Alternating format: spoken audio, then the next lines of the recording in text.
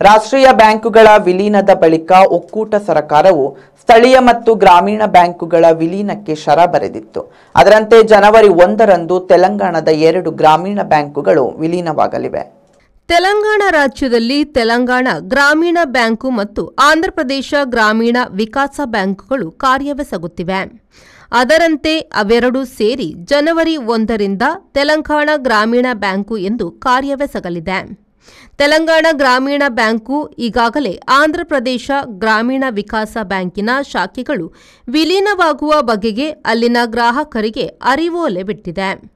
ಅವರ ಖಾತೆಗಳಲ್ಲಿ ಆಗುವ ಕೆಲವು ಸಣ್ಣ ಪುಟ್ಟ ಮಾರ್ಪಾಡುಗಳ ಬಗೆಗೆ ಅದರಲ್ಲಿ ವಿವರಿಸಲಾಗಿದೆ. ಬ್ಯಾಂಕು ಶಾಖೆ, ಸದಾಹಣ, ಯುಪಿಐ, ಮೊಬೈಲ್ ಬ್ಯಾಂಕಿಂಗ್, ಅಂತರಬೆಲೆ ಬ್ಯಾಂಕಿಂಗ್, ಸಿಎಸ್ಪಿ ಮೊದಲಾದ ಬ್ಯಾಂಕಿಂಗ್ ವ್ಯವಹಾರಗಳು ಮುಂದುವರಿಯಲಿದ್ದು, ಮುಂದಿನ ವ್ಯವಹಾರವು ತೆಲಂಗಾಣ ಗ್ರಾಮೀಣ ಬ್ಯಾಂಕು ಹೆಸರಿನಲ್ಲಿ ನಡೆಯುತ್ತದೆ ಎಂದು ತಿಳಿಸಲಾಗಿದೆ.